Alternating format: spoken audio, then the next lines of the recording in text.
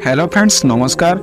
तो वन विभाग तरफ पुणी थे आसी आउ एक नुआ वैकेंसी तो फॉरेस्ट डिपार्टमेंट तरफ यही जॉब नोटिफिकेशन टी आसी। तो ए कौन सब क्वालिफिकेशन रही ए सैलरी केते मिलिबो ता सह ए कौ मैंने अप्लाई करें तो सबकि जाना से वीडियो को शेष पर्यंत निश्चित देखूँ। तो फ्रेंड्स यही जॉब नोटिफिकेशन टी आसी Indian council of forest research and education तरफ तो जहाँकि एक गवर्नमेंट जॉब अटे हु कैन अप्लाई। तो ए ऑल ओडिशार पिला माने अप्लाई करें ए जेंडर उभय पुरुष एवं महिला उभय कैंडिडेट अप्लाई करें। जदि आम जॉब टाइप विषय कथा यह एक सरकारी जॉब अटे। तो नेक्स्ट आसवा पोस्ट नेम। तो यही वैकेंसी रे 4 प्रकार पोस्ट रही। एक रही मल्टी टास्किंग स्टाफ, 2 रही लॉयर डिविजन क्लर्क और 3 रही टेक्निकल असिस्टेंट एवं 4 रही टेक्निकल। तो जॉब टाइप तो आप जानीपारे। तो ए मिनिमम एजुकेशन बा शिक्षागत योग्यता केते आवश्यक आसतु जानिबा।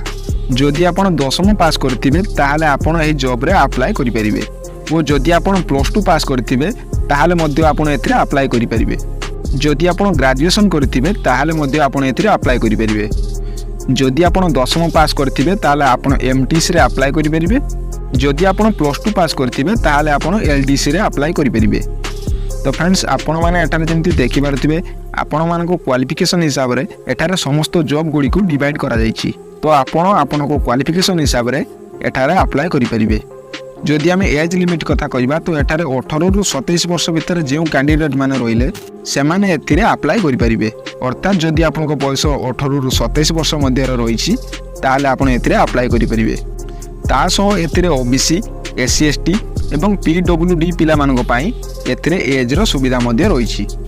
तो नेक्स्ट जदि आम जॉब रे सैलरी कथा कहबा एठारे डिफरेंट टाइप्स ऑफ जॉब पई डिफरेंट टाइप्स ऑफ सैलरी रही जहाँकि आपण स्क्रीन ऊपर देखि पारुथिबे। तो नेक्स्ट आसीबा सिलेक्शन प्रोसेस को। तो एथिरे आपनकर प्रथमे रिटन एग्जाम रहिबो, या परे आपनकर स्किल टेस्ट रही और शेष रे आपनको डीपी बा डॉक्यूमेंट वेरिफिकेशन रही। तो नेक्स्ट एथिरे कौन सब डॉक्यूमेंट आवश्यक पड़िबो आसंतु जानिबा। प्रथमे आपनको all education certificate and marksheets जहाँकि सर्टिफिकेट रो पीडीएफ फॉर्मेट टी आवश्यक पड़िबो। नेक्स्ट रही फोटो, या पर रेसिडेंट सर्टिफिकेट बा कास्ट सर्टिफिकेट। तो फ्रेंड्स आपण एठार ध्यान दियंतु जदि आपनको कास्ट टी एससी एसटी पीडब्ल्यूडी कैटेगरी रे आसुथिबो ताले आपनकर कास्ट सर्टिफिकेट आवश्यक। या छडा जदि आपण साधारण वर्ग बा जनरल होइतिबे ताले आपनकर कास्ट सर्टिफिकेट रो आवश्यक नाही। या पर आईडी प्रूफ रे आपनको आधार कार्ड बा वोटर आईडी बा पैन कार्ड आवश्यक। तेबे आधार कार्ड टी बेटर ऑप्शन रहिबो। तेनु आधार कार्ड द्वारा आपनको एप्लिकेशन बा रजिस्ट्रेशन फॉर्म को सबमिट करि परिबे। नेक्स्ट केउ प्रोसेस रे अप्लाई करि परिबे एठारे आपण ऑनलाइन प्रोसेस रे अप्लाई करि परिबे जहाँकि एबे स्टार्ट होई सारिछि। तो फ्रेंड्स मु वीडियो रो डिस्क्रिप्शन रे एही वेबसाइट रो लिंक दे देछि, आपण सेटा को मध्ये जाई एही जॉब विषय रे अधिक जांच करि परिबे। तो एही बळी नुवा नुवा अपडेट पाया पई हम चैनल को सब्सक्राइब करंतु एवं पाखर थिया बेल आइकन को ऑन करंतु। तो देखा बा गुटिया वीडियो रे से पर्यंत रहिली। जय जगन्नाथ।